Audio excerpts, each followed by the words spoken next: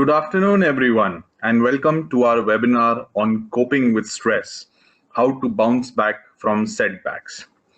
This webinar has been specially designed to help you build resilience. Resilience is the ability to dust ourselves off when we fall and move on with our life with relative ease. While this sounds easy, developing resilience requires several changes to be made in our beliefs, a lot of introspection, making difficult decisions, and several other aspects. In this webinar, you will learn about stress, scientific coping techniques, and tips to build your own resilience. Without much further ado, let me introduce our esteemed expert, Ms. Reshmi Sahadevan. Reshmi is a clinical psychologist and life coach with 8 years of therapy experience. She has an MPhil in clinical psychology from the National Institute of Mental Health and Neurosciences, Bangalore. She is currently the head of psychological services at Silver Oak Health. Health collaborates with renowned clinical psychologists and research institutions around the world to develop digital products in India. Silver Oak Health's diverse emotional wellness programs are focused at building resilience and dealing with health and behavioral challenges. Before we begin, I would like to remind you all that you can send in your questions using the questions section on the control panel to the right of your screen during the course of the webinar. We will take these up one by one post Reshmi's talk. Our best attempt would be to answer as many questions. We hope that you enjoy the webinar and take some key learning which you can implement immediately. I would now like to hand over to Reshmi. Hello, this is Reshmi, and I'll be just getting into the topic right away.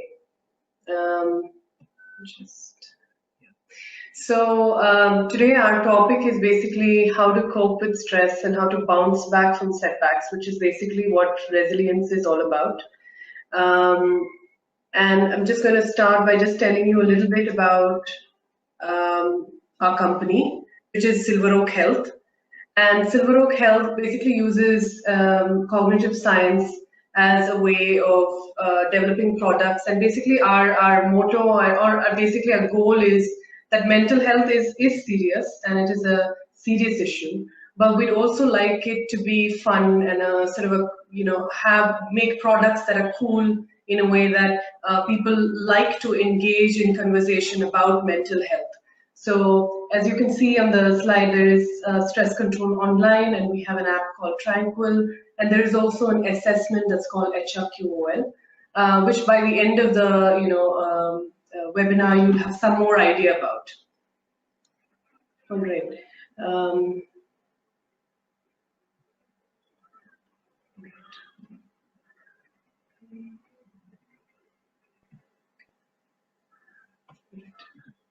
Yeah.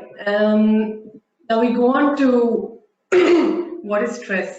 So stress basically, as all of you know, there are many definitions for stress. But most of all, I think of stress as if there's some pressure that we put on something, and if our coping skills are deficit, then there would be more stress for a person whose coping skills are lesser, as compared to someone whose coping skills are a little more higher. And in our culture, in generally, because we don't learn about mental health or how to cope with things in colleges or schools, our ability to take stress immediately as we get into a job is when it actually hits you. When you move away from home or you get into a new job, that it starts to affect you. Then you start feeling more stressed out, because till then, sometimes stress, we don't know the effects of stress because you're always around friends, or there's you belong to a community and things like that. And the other thing about stress is that how does it affect your creativity? So in terms of, so creativity is basically about, like, when you look at a problem, you come up with, numerous solutions. And in terms of when we're being creative, we want to think out of the box. And what stress does to you is that it makes you think of three basic, responses, which is the fight, flight, and fight system. And these, when you have only three choices, especially when you're having a problem in your work and things like that, you want to be able to, that's when you want to be creative. But what happens sometimes is that you get into the fight mode where you're getting argumentative or defensive, or there's a flight mode where you take sick leaves, or you just don't want to work, or you want to sit at home, or you just you have the time but you don't want to work. Or there is a freeze response where most often you are just working as you did before, which is okay, but especially when there's a stressful situation, it requires you to change your routine way of dealing with situations. And coming to the next point, which is basically that when we are under chronic stress, it affects you by having physical and emotional health related issues, including chronic stress leads to chronic health problems like increased blood pressure, cholesterol, and all of the other lifestyle related disorders as well. And I think the other thing that sort of, for me, makes me feel like that is important is that it doesn't allow you to be present. And I think that, in the various workshops that I've done before, sometimes, we forget why we're working. Or why am I really doing this? So the reason I work, or the reason I'm trying to find some meaning in the work I do, is so that I can be present. I can live my life, or I can start to feel what it's like to, hug my kid, or able to have like a really rich conversation with a spouse or a friend. And this is why I work so hard, because I want to start to be alive and be able to do the things that I want to do. And I think I've had people in workshops say, finally, what they want to achieve through working is they want to travel, they want to explore, and things like that, which if you are stressed out, it doesn't allow you to pursue any of these higher meaning or higher values that you have. And of course, organizationally, it leads to a loss of productivity and efficiency. All right. So to add to this, so the stress is an external issue. And to add to this, our brains are hardwired to have certain habits. And this is true for all of us. The first one being multitasking, that we basically, we cannot do just one thing. We just feel like the sense of like I'm missing out on something. And I give this example often, that as a psychologist, I need to read. This is part of my job, that I need to make sure that I am up to date in psychological concepts. So I need to read. But whenever I start to set the stage to read, I take a book and I sit. Then I have this like sort of thing in the back of my head that what is on TV? I just want to look at what's on TV, and then I think I just kind of look at like what's on TV, and then at the end of the situation, basically I'm neither watching TV nor am I reading a book. So multitasking, though it's important to do it in some ways because it helps us to do many things at the same time. It prevents us from being really present and really feeling and really sort of being there as you're reading the book, for example. The other thing that our brains are so used to doing is the autopilot. And these are not, bad habits or good habits. It's just things our brains do because they have like an advantage as well. For example, when we all learn to walk, or you've seen children walk, it is a painful process for them. They fall, they get up, and then for a while they give up walking for a while, and then again they try when they're ready. But now we don't think about it. It's an autopilot. It's on autopilot, right? And many of the things that we do. And I find that a lot of people, when we go traveling or we take a holiday, or they are able to see suddenly, certain things that they haven't seen before, or they switch out of their autopilot because you're doing different things. Like you no longer have to wake up at 5 o'clock because you don't have to go for work. You're traveling, so you can wake up a little later, like 9, and then you can think about what you want to eat, or where do you want to go and what do you want to see, right? So you switch out of your autopilot mode during that time. But this happens very far and in between. I mean, we don't travel as often.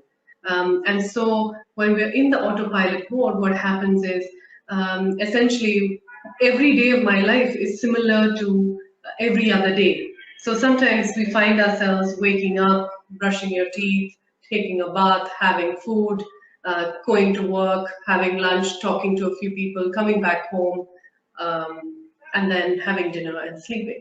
So every day seems similar to the last day. So if there's nothing else that happens, then most of the things I do, which I just mentioned, are on autopilot. So I'm not really present. I'm basically, it would seem like I'm sleepwalking through life.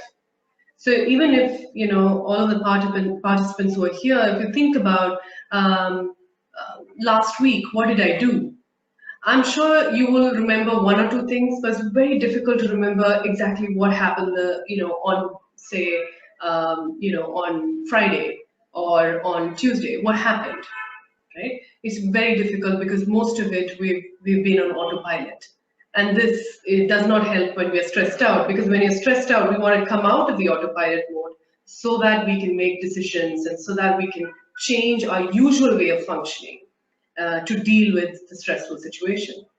And the other habit of the mind is that we constantly focus either on the past or on the future.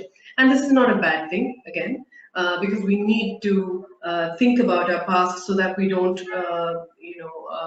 make those mistakes again. And we need to plan for our future so that we are prepared in some ways. But basically, all the generative, creative sort of thoughts come from the present. And an example of that is if you think about Newton, for example, the way he developed gravity, he was under an apple tree. So he was not in his past where, in a math lab or something like that, where he was doing his, experiments and things like that. Nor was he thinking about, I have to finish it, otherwise I have to figure out this thing, otherwise I wouldn't get any investments or whatever it is. So he's really in the present there. Um, and it's only then that he was removed from the past and the future that this thought came to him, because I'm sure apples have been dropping for a long time. It's him that sort of figured this out because he was neither, associated with his past or his future. And so present thinking is very much like the core of resilience, where when you think from your present, it's only then that you can break away from these habits and come up with like a creative solution to the problem that you're facing. All right. So before we just go into resilience, maybe I'd like all of you to kind of, where you think about like a person who, and just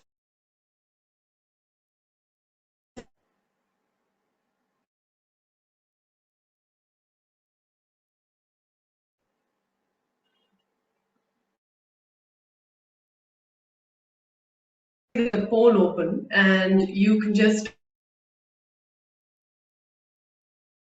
do you feel like this person has gone through hardships in his life? This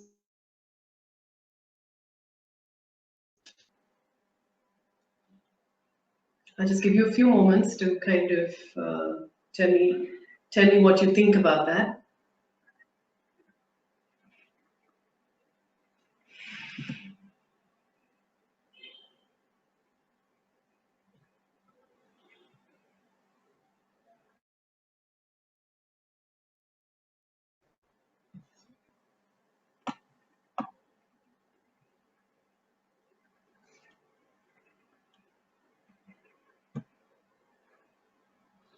All right.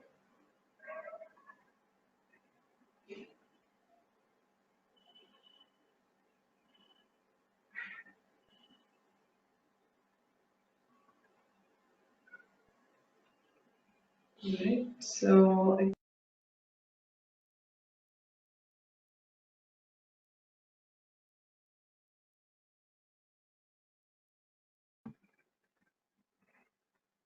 all right. All right. So I think we have the results here. So we have people who say that nobody says that people who have no trauma or no hardships are resilient people. And this is important. I think that sometimes, even though we know this, unless we think about it, we sometimes even hate that we have problems, right? When we have problems, we're like, no, I don't like this, and but it is an opportunity to be resilient. So 24% said less than most people, um, and 45% said as much as most people, and we have like a close second where this says 31% more than most people. And I'm with the opinion that it is as much as most people or more than most people, because uh, unless you have something that's happened to you, the resilience happens in your reaction to something. And it's not just about overcoming, but that it changes you, it transforms you, and you use it to transform yourself. So now, just going back to like what is resilience. So resilience is basically the process of adapting well. And when I say adapting well, it means to withstand whatever is happening, and to recover from it by doing whatever is required. And the last process is to grow. So which is what I mentioned about transformation.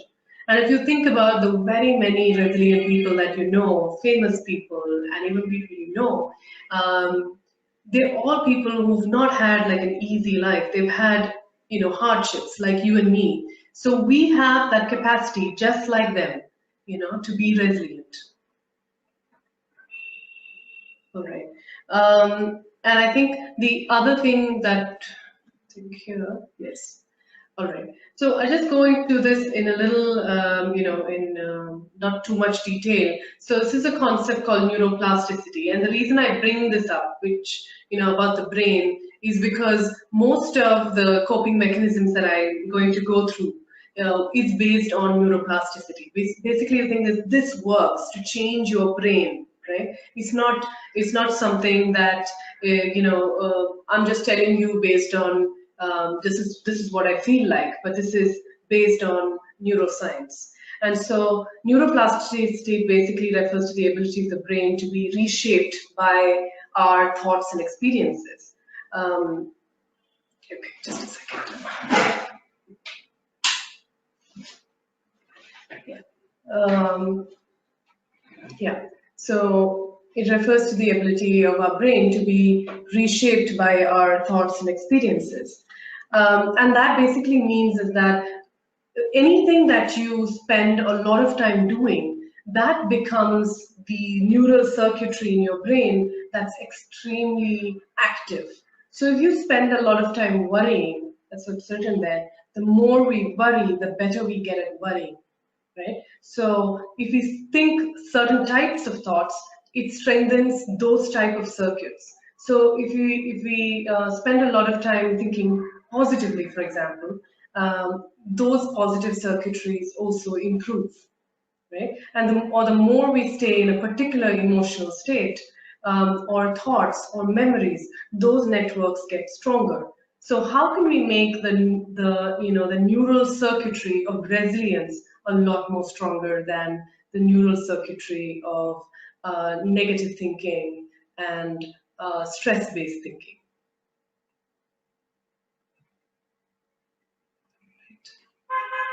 Um, All right. So the first sort of method is to, it's based on the same thing what I mentioned about the neural circuitry. So we have the neural circuitry that tells us these things which are not useful at all, especially when we're stressed out. There's a sense of, this is just so, you can't do it. This always happens to you.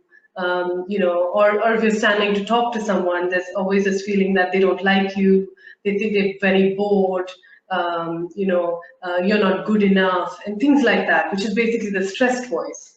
And then there is the common sense voice. And usually when we are stressed out, the common sense voice is sort of muted, and you can't really hear it as much as you'd like to. And the stressed voice is really loud, and you start to believe that, right? So if at the onset of stress, if we can just sort of categorize them as just like, is this my stressed voice or is this my common sense voice? And you can tell the content of the stressed voice will be extremely critical and does not do anything to help you and just makes you feel worse about yourself. And just the act of consciously being aware and monitoring which is your stressed voice and which is your common sense voice, and paying attention to your common sense voice more than your stressed voice just helps. So just monitoring your thoughts as to which is which. And if it's a stressed voice, can I step back from it? Can I take a pause and step back?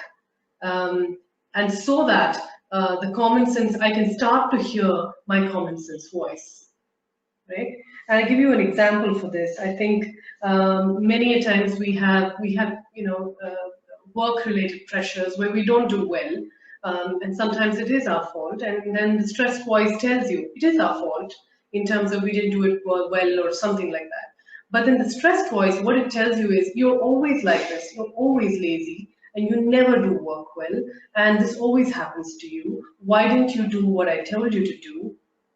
Things like that, which are extremely difficult to hear at that time. So you feel like a failure. So, the voice tells you that you're a failure, right? And if you take a step back, meaning you literally pause for a while, you will start to hear the common sense voice. You will start to hear that it's not happened in a long while. Yeah, this was my fault, but this has not happened before, right? And it has happened once in 10 times, right? And this sort of voice, like, so even the thing that, okay, it's my fault because of this, but I can correct that, right? So it seems more like a friend, really. The common sense voice will really feel like a friend who's really trying to make you feel better. And that's how you can tell, and to pay more attention to the common sense voice and just to start by monitoring them. All right. So the other method to sort of deal with stress and worries is sometimes, even in therapy, I've had clients who tell me about that they're constantly worrying about everything, whether the Uber driver will come, or whether they will be able to do their work, or why hasn't my husband or wife picked their phone? Is something happening to them? Did something happen? Things like that. So the constant worry about your health, other people's health, why things happen on time? Does all of these worries, and they're not able to control it. And a lot of times this is because they have not really given, and none of these are like invalid worries, because yes, you must be worried about your health. We must worry about the health of our loved ones. We must do things on time. This is important as well. So can I be more responsible in the way, or can I make my worry more voluntary, right? Because every time a worry comes, I'm trying to block it or reject it, right? So as I block it and reject it, what I'm doing is I'm paying a lot more attention to my worry than I think. So I actually, by blocking it, I want to forget it. But the way our brain works is when I intentionally do something like blocking and rejecting my worry, the brain starts to think that, oh, this person actually loves this worry, and we need to give it back to this person from time to time. So the way to deal with that would be to postpone that. Like, one would be what we did the other time, that just to categorize it. What kind of worry is this? Is it a practical worry where there is a solution? Or is it a hypothetical worry? Like, what would happen if this happened? A worry like that. So can I categorize it first? And then can I postpone it? Can I keep a time where I keep for worrying? Like, and when I'm usually relaxed, like if I keep the time between 7:30 and 8 in the evening, can I push my worries to that time where I will start to think about it? So can I push it to that time? But this is actually very, very difficult to do. So after I categorize it, I have to put a lot of energy in refocusing to the present. So this is important. So when I'm worrying about something, I'm either in my past or in my future, I need to really refocus. So I tell myself that I have put a time to worry. So I will worry during that time. But right now, I need to focus on my present. So if today I'm doing a presentation or I'm watching a movie as the worry comes in, I really focus on the movie, right? Or I'm outside, I really focus on the wind and what I can feel on my body as I walk, right? So I refocus in the present and slowly it dies down. And when the time comes to worry at 7:30, there are things that you have to ask, like, do I still want to worry? Is it still something that needs to be sort of worked out? And if that's the case, can I spend some time on that? But if the answer is, you know what, it's not sounding so urgent right now, I don't really need to worry, then that I don't do that at that time. So this is found to be reduce worry over time because the worry circuit doesn't get lit up in our brain constantly, like throughout the day, and it only gets lit up during 7:30 and 8, for example, right? So by over time, that circuit of worry kind of dies down and we have a new circuit which is based on problem solving and really supporting yourself as you worry. All right. All right. So the other method that we use to be sort of resilient um, is called mindfulness. And mindfulness is basically the ability to sort of focus on the present with intention, with no judgment. So what this means is like to consciously and intentionally pay attention to whatever is happening to you right now, which means whatever is happening to your body, whatever is happening around you, the sounds around you, all of those things, moment to moment with no judgment. So, for example, even to my thoughts. So, if I have a thought, there is no sense of like, I don't want to think about that, that's just too much, or it's a bad thought, or it's a good thought. There is no judgment on the kind of thought that I'm having. And it helps us to be fully awake in our lives. And I think what's interesting about mindfulness is it's based on the concept because most often we always feel that we are the constantly things to fix about ourselves. Like I need to fix this about ourselves or people around us. We need to fix that. We need to fix this. I need to fix something about me. But mindfulness is based on the sort of liberating concept that instead of thinking about ourselves as damaged and broken and difficult, that we think about ourselves as already being whole and okay. So this doesn't mean that we don't work on ourselves. It just means that we need to just peel off a few layers to see the wisdom that we already have. So this is a little heartening because sometimes we think that we need to learn more to be able to deal with things, but it is actually a process of peeling off outer layers to get into the inner wisdom that we all have about our lives, right? We know most about our lives than anybody else, and so the process of sort of uncovering layers of adversity and trauma that we've all gone through. And mindfulness as a concept is not something that we haven't done. So sometimes when we travel or sometimes when we have like a really happy or a negative moment, we're suddenly very vividly aware of everything around us. So if you travel, you may have noticed the sunset. Suddenly you notice it and you're spellbound by the beauty of it. But the sunset is, or the sunrise is here, right here in Bangalore itself. We don't have to travel so many miles to see the sunset. So, what would it be like to see that every day? And so mindfulness is not something that we have not done. It's just that if you do it like that once in a while, it doesn't create any changes in your brain. It's just an experience then. But for it to be a skill that we can use to be more resilient, it needs to be practiced every day. Just like, for example, when we know that running is good, but if I run once in a while to get a packet of milk from the grocery, um, that's that's good. You get the milk, but will it improve your cardiac health?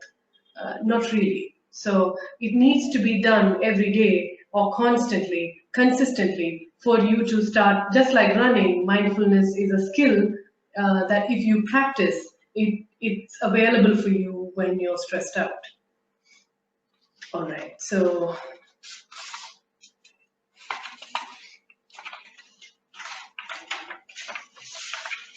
right now go on to yeah.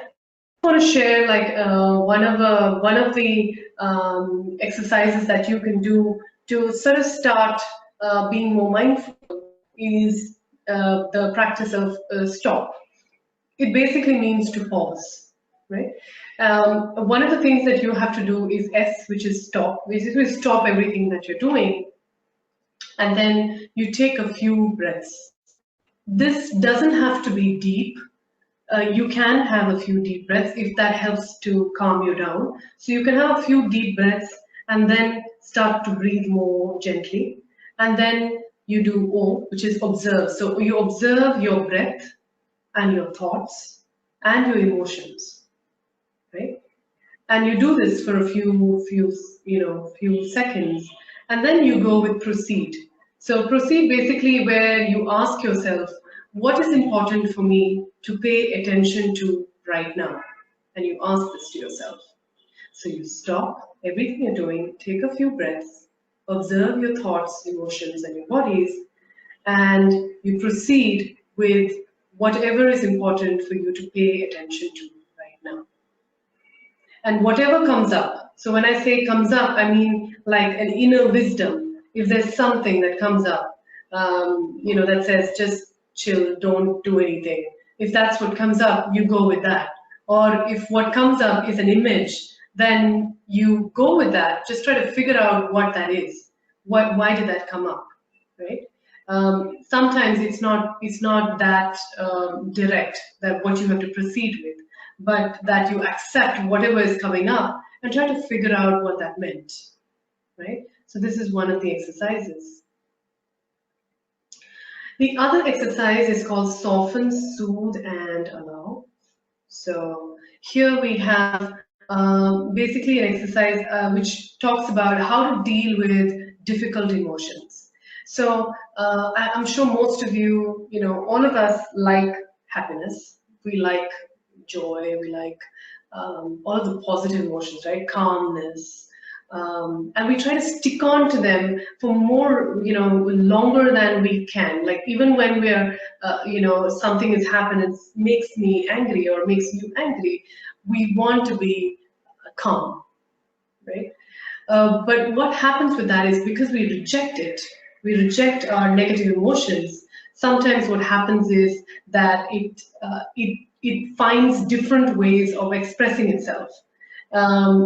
Through just like you showing up later to work. It could be it's not very conscious, so it shows up in other ways which damages your relationships with people, if you're not careful. So how do we deal with these difficult emotions? So the way that I like to think about it is if you were holding a cup of hot tea, as in the picture, you can see how the hot tea, you never hold it with all of your hand because then you get burnt. So you hold it very gently, really gently, right? And then you probably blow on the liquid because it needs to cool down a bit. And you're not intending to blow out the whole thing, but just the top of it so you can sip, right? So you kind of soften towards it. You move towards the emotion to figure out what's happening there. Can I make you feel a little more better? What's happening there? Can I take a look, right? And so you blow on the tea and then you soothe. Soothe meaning that you take a sip, right? You never gulp the tea. You take a small sip to sort of test out. And you'll also find that as you're starting to drink the tea also sort of allows you to drink it. So it's both ways. You also are testing out whether it's cool enough to drink. The tea also sort of cools down enough so you can drink it.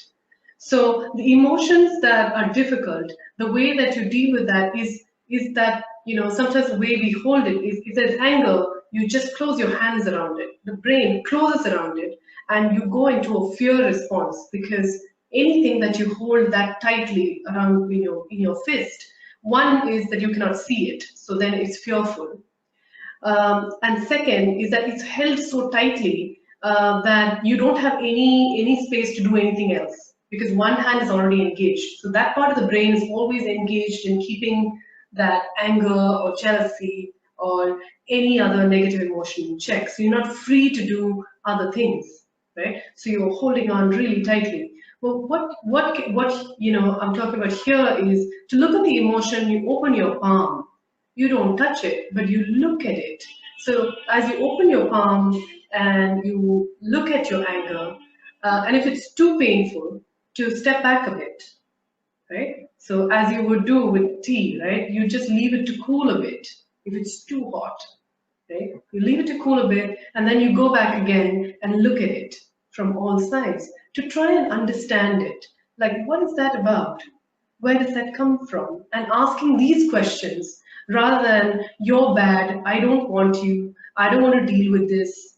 And those are not the questions because those are critical in nature, right? And the questions are more like, what is this about? Why are you here? How are you trying to help me?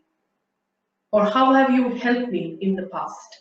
And these are the questions we try and ask, which are more reflective in nature and comes from a place of curiosity, which is a part of mindfulness, where there is some openness and curiosity towards what the problem is. All right.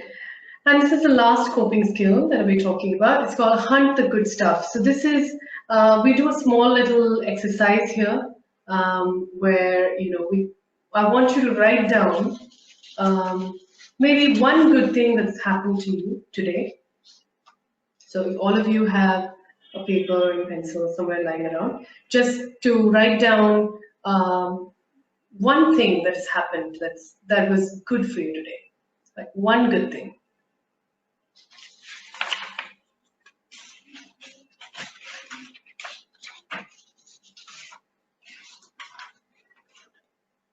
All right. And now if you're ready to write down, and the next few questions are to do with that good thing that you've written down, is a reflective exercise where to think about, why did this good thing happen?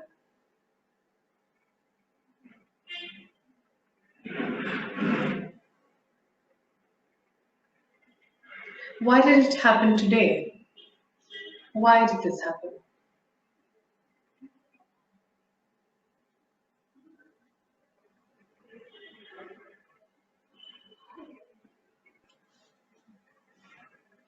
And now the next question is, what this good thing means to you, right? Now this question, basically what it means is, why is this a good thing for you and maybe not for others, Like, why is it so special for you? What does this good thing mean to you?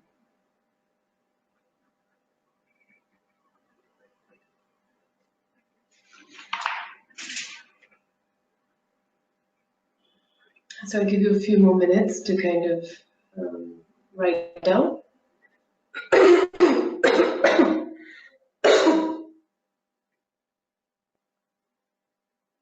Right.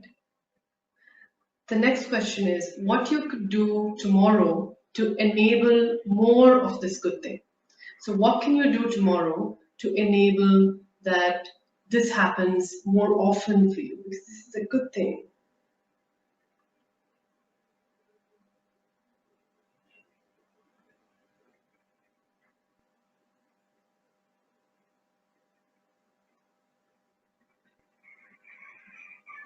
And the last question is, what are ways in which you or others can contribute to this good thing sort of happening more often for you?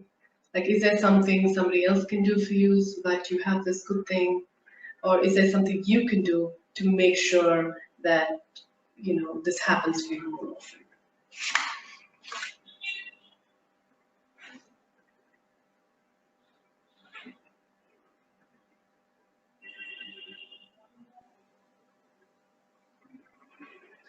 Right. So this is a method in which basically what we're trying to say here is basically our brain has a negativity bias. So what that means is this is also the reason. So again, it's not a bad thing. It is the reason we are the most in number in the form of any species on the planet is because we've had negativity bias, which means that if we see something or the interpretation is mostly negative, and this is the way our brain works, and that has helped us from being the most successful species because if I'm looking like millions of years ago, if a blade of grass moved, immediately I'm thinking it's a tiger or a lion or an elephant, and I'm not thinking, oh, that's so beautiful. And because those people may not have lasted at that time. It's the people that out of 10 times, if it was a tiger, you would be the one surviving them, because you thought it was a tiger. Um, so it was very important then. But now that bias is not so important because we no longer live in a jungle. There's not so much fear about our life. I mean, we are, quite safe in that sense. So to kind of build the positivity bias as well. How can I think about the good stuff first? Right? And this we have to practice because we're not used to it, or we're not, it doesn't come naturally to us. So the way to do that is by thinking of three good things that have happened to you during the day, as you maybe in the evening or before you sleep at night, you write them. And to spend some time reflecting about it, which means like, why did this happen to me today? And why is it, a good thing for me and not for others? Like, why is this really, really important to me? And what can I do to get more of this? And is there anything anybody else can do so that I can get more of this? Right? And so over time, just continuously doing this kind of helps you kind of shift the bias to more of a positive, side, wherein when you're dealing with a stressful situation, you are able to think of like the positive aspects of it, rather than only the negative. All right. So the coping mechanisms that we talked about today was based on cognitive behavior therapy, mindfulness, and positive psychology. And this, I think, I put up this slide just to help all of you sort of go back if you want to Google and things like that. These are the keywords to use. If you want to know more coping mechanisms within the frameworks that I just talked about, like if you like the last one, then you might try positive psychology methods to deal with stress. And there are like loads of them that talk about concepts like compassion, gratitude, that help you build that aspect of your coping skills. But if you like the mindfulness bit, to kind of type mindfulness, and if you like the more practical approaches, then you can try cognitive behavior therapy. Now, we as a company kind of built Stress Control Online, which is India's first online CBT program, which has concepts of both, mindfulness as well as positive psychology sort of built into it, to cope with stress and to build resilience. So I'll tell you a little bit about that. So CBT actually, or cognitive behavior therapy, actually talks about how our action is the product of the situation, our thoughts about the situation, our emotions, and which finally lead to the behavior. So most often we cannot change our behavior by just changing one thing.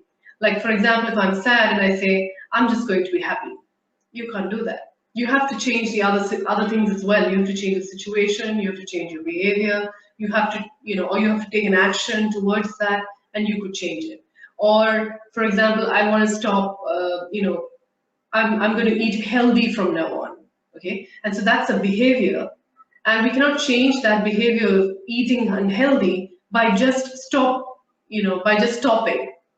So we have to change, for example, our thoughts, because a lot of our thoughts will be about like our identity as a person who loves food, right?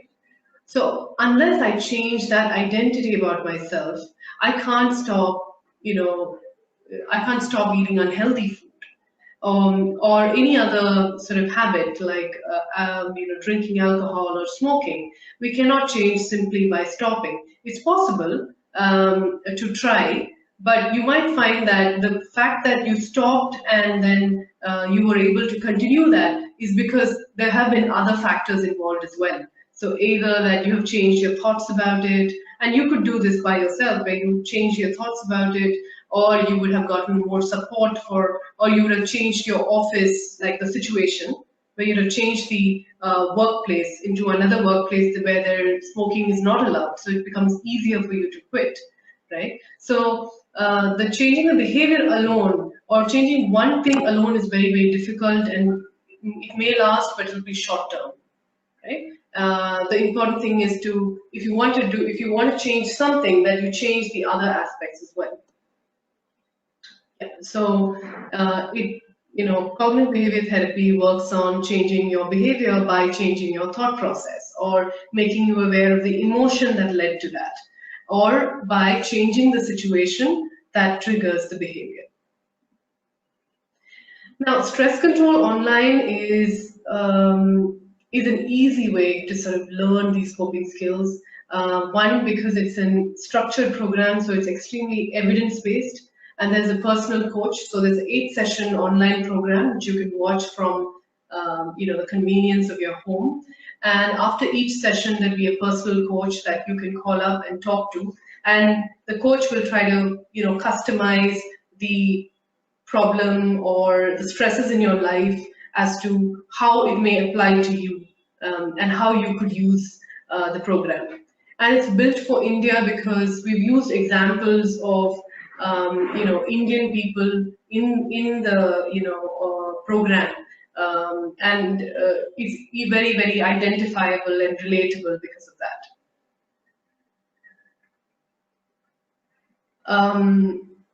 Yeah, and this is like a certificate. Once you finish the 8-week online program, we present this as a certificate that you can and that we will mail you. And I think it's always really nice to have something, because it is an educational program. So at the end of this, you get a certificate, which is also, I think, quite important in terms of the way the workplace issues are going. We want more and more people who are resilient to be at the top of our workplace, and people who make those decisions are resilient people, and that kind of inspires other people as well to adopt skills that they use, and be resilient as well. We've also developed an app called Tranquil.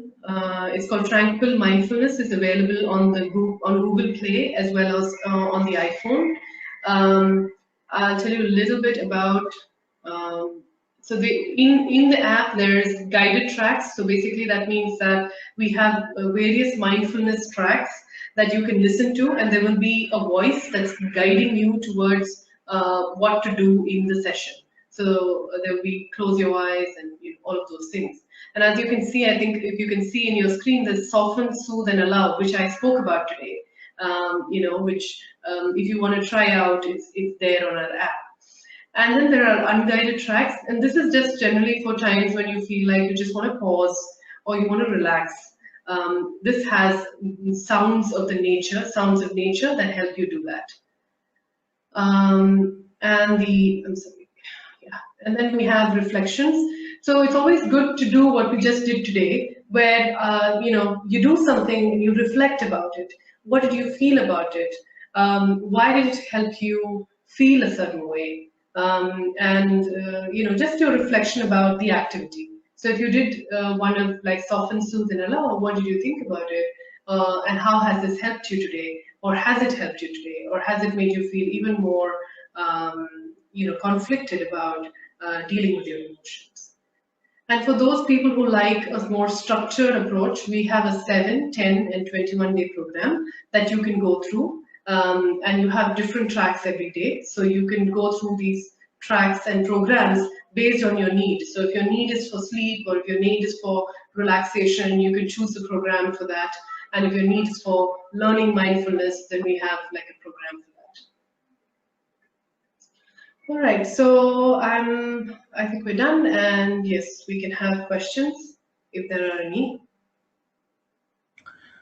Thank you, Reshmi. Thank you for that wonderful session. Before we move on to the questions, I'd just like to notify the audience that there are a couple of downloadable items available in the handout section on your control panel, which you can refer to later whenever you want to read more about stress and stress control. So, beginning with the first question, we have a question which is respect to all the coping mechanisms you shared, Reshmi. So the question reads as, when dealing with emotionally charged situations, okay, it is very difficult to remember the tips that you have shared. Any advice from your side to manage this kind of a situation? Well, to remember the coping skills or to deal with the situation? You said to deal with the situation, I'm guessing. Yeah, yes, to deal with the situation. Okay.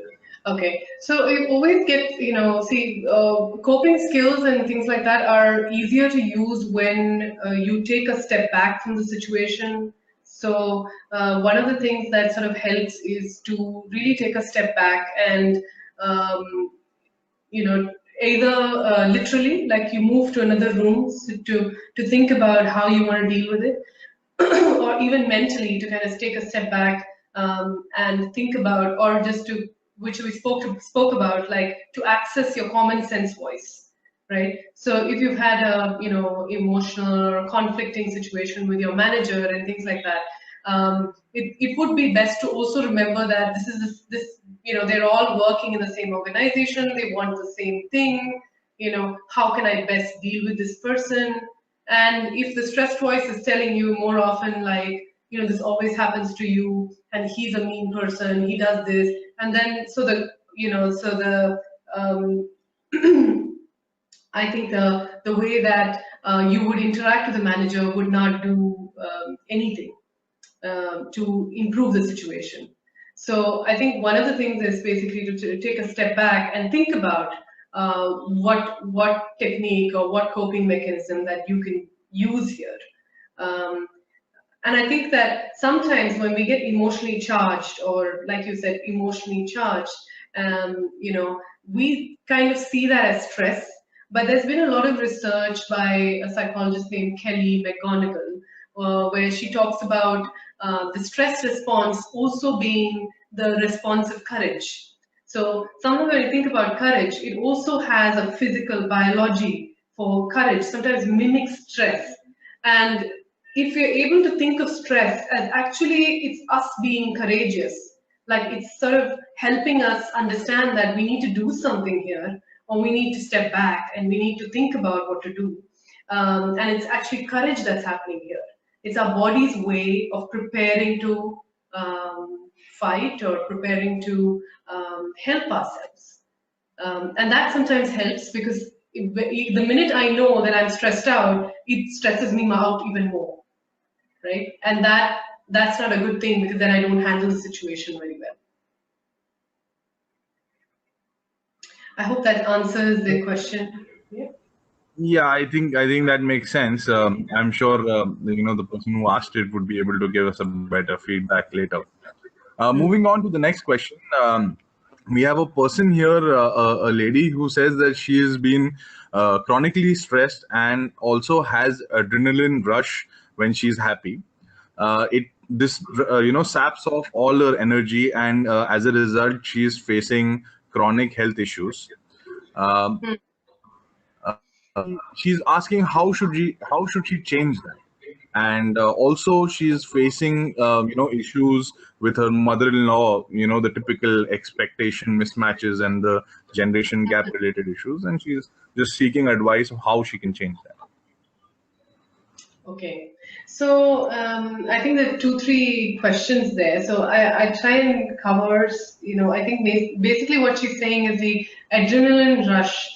And it's called, I think what she said, what she's talking about is also called, there's a lot of fatigue whenever there's a lot of adrenaline rush because of the stress that your body is exposed to.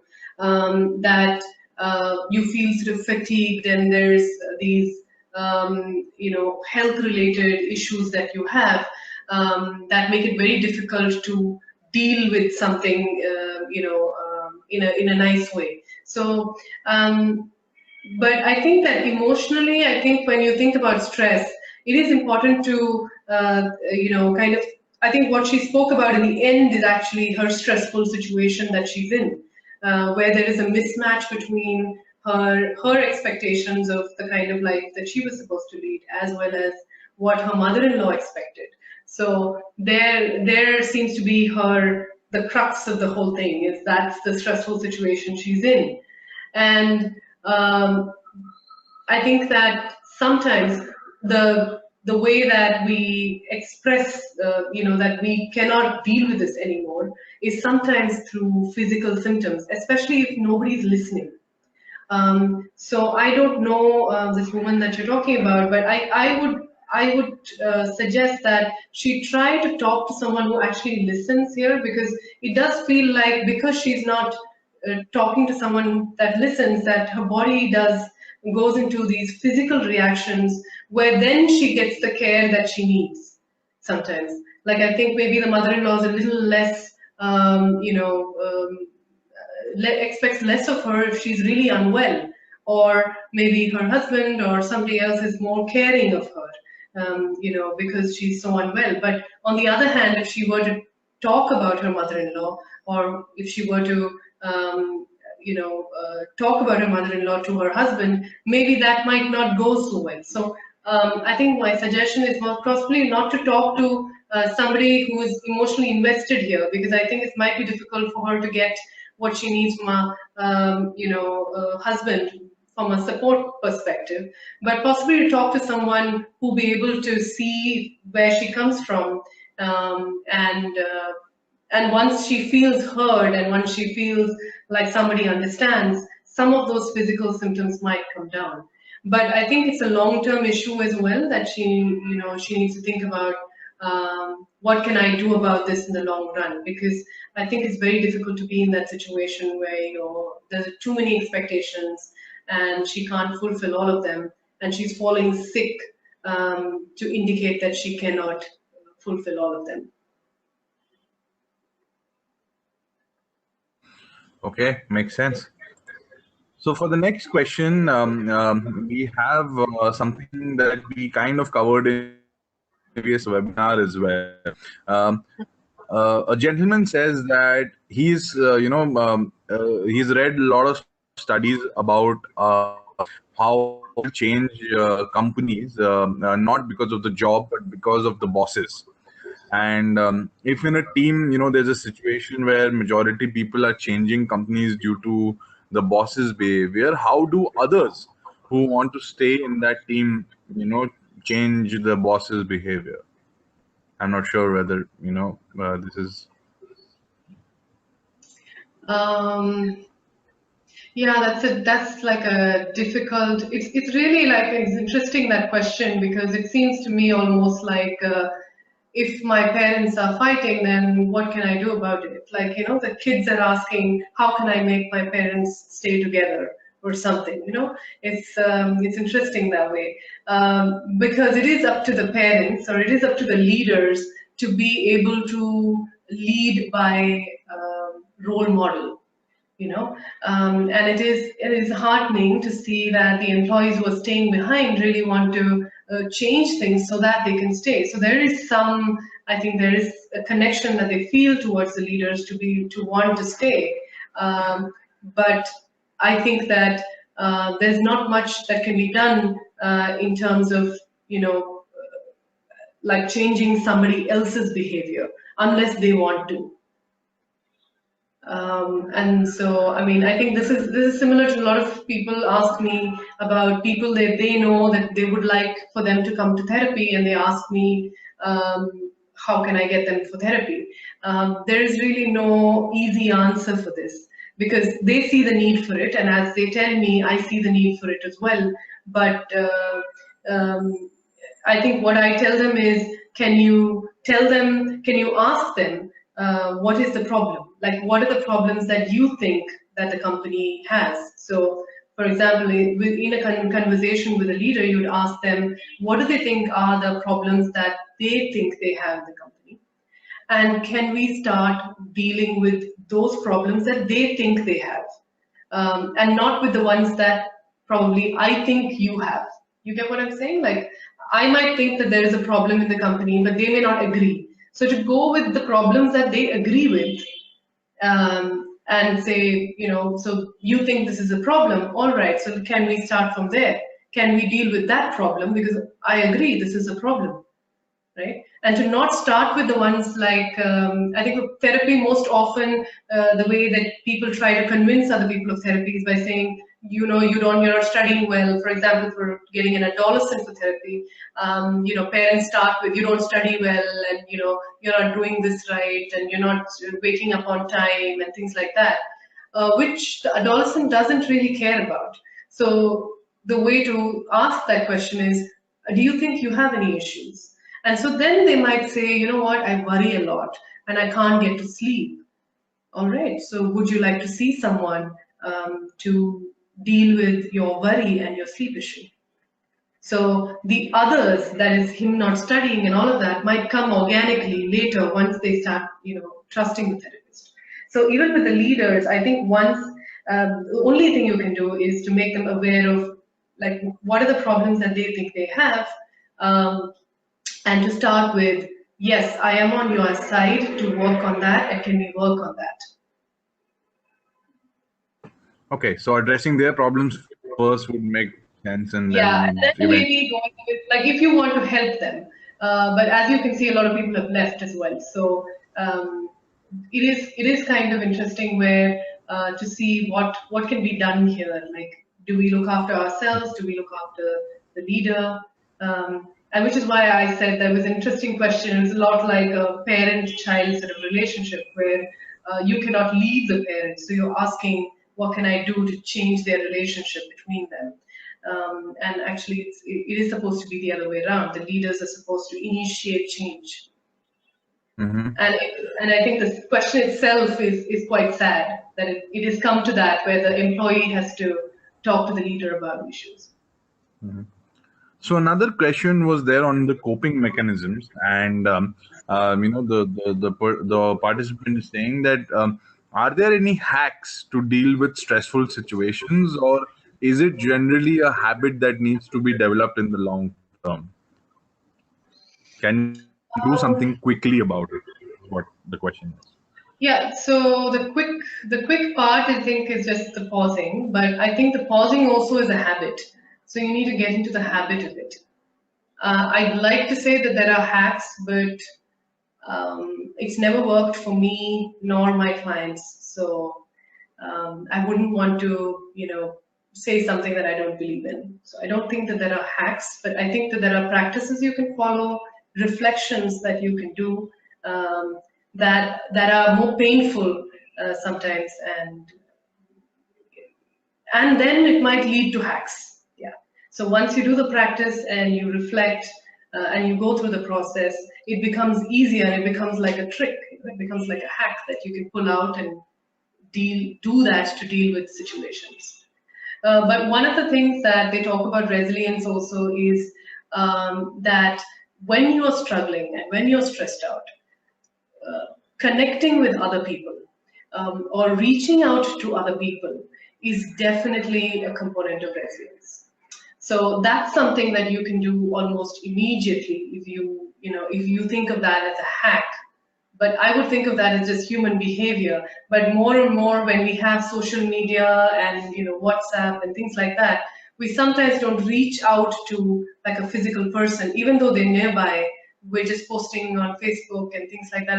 And none of these places are places that we can talk about our struggles, really. So I think that maybe one of the things that you can do is in stressful situations to really reach out and connect to people around you. So we'll take one or two questions more. I think then we're already overshot our time a little bit. So let's have the last few questions. So one person is asking is, how to cope with stress developed due to multitasking. So I'm assuming that he's talking about the level of workload that is, there maybe delivering to deadlines and the whole work scenario. Right. Um, well, the stress due to multitasking, sometimes it helps to prioritize what's the most important, and then go ahead and do that, and then go on to the next one. When we multitask, sometimes I think what we do is we do a lot of things at the same time without really realizing the priority of things. So sometimes that one thing might have a priority of being uh, to be done with a lot more attention, and also to be, to pay more attention, as well as I think to be able to be done more, to be done more, I wouldn't say perfectly, but to be done with a lot more care, as opposed to others in which, if you miss a few things, it's okay. So to sort of prioritize, and you could do this, every day as well. Like you come into work, before you come in, there are things that you can do in terms of just prioritizing your emails, or prioritizing the way that you would do your work. Um, and there are many ways that people do this, and this depends on the individual as well. Like sometimes the way people go with is the way that my boss has asked me to prioritize, that's the way I prioritize. And sometimes people go with, let's start with something easy on a Monday morning, because it's after Sunday, and then you go on to the harder ones. And some people are like, no, let me start with something hard and then go on to easy ones. So it depends on person to person, but as long as you realize that you're prioritizing it, that helps in, being more present, and you find that you're more productive if you do it one by one. Okay, that sounds good. I mean, I think that is the way to go. Um, one, leading to this question, basically a kind of a sub question to this. Another participant has asked is, since that he is overburdened and there is a lot of work to do, if that results in him skipping hobbies and other activities which he enjoys. Hmm. So he's wondering whether this could lead to a problem in the long term, and if there can be any suggestions around that. I think this is again an interesting question, because I think the person who asked me the question already knows the answer to it, which is why he's asked me like a rhetorical question, really. If I don't spend time doing things I enjoy, will it lead to long-term stress? Yes, it will. So you need to prioritize yourself as well. Yeah, making time for that is most essential, right, for your personal development. Okay, so that brings us to the last question for the webinar, and I think the audience would be quite interested for this one, which is, how do you find the motivation in yourself to commit Hmm. to coping with your stress? Um, I don't think, Shreya, I don't think we really have a choice in that. I think that we think that we have a choice to deal with our stress later, and later and later, and pushing it around. But there is no choice actually. The fact that we need to reflect, we need to process, we need to figure out ways to deal with stress. It's either today or tomorrow or long time from now. But the more time you take, the more time you suffer, and other people around you, your relationships, and your work suffers. So I think the basic motivation, if there is a problem about motivation in terms of like, there is a problem, but I don't want to deal with it, and there is a lack of motivation there, to reflect about the lack of motivation. Like, why is it not there? Like, does that instance sort of remind you of something that's been painful, right? So the lack of motivation, what does it remind you of? Because it's probably something that you're constantly sort of fighting against, right? You're constantly fighting against the same thing, and then again you come up with the same problem. It feels a little defeating sometimes for most people.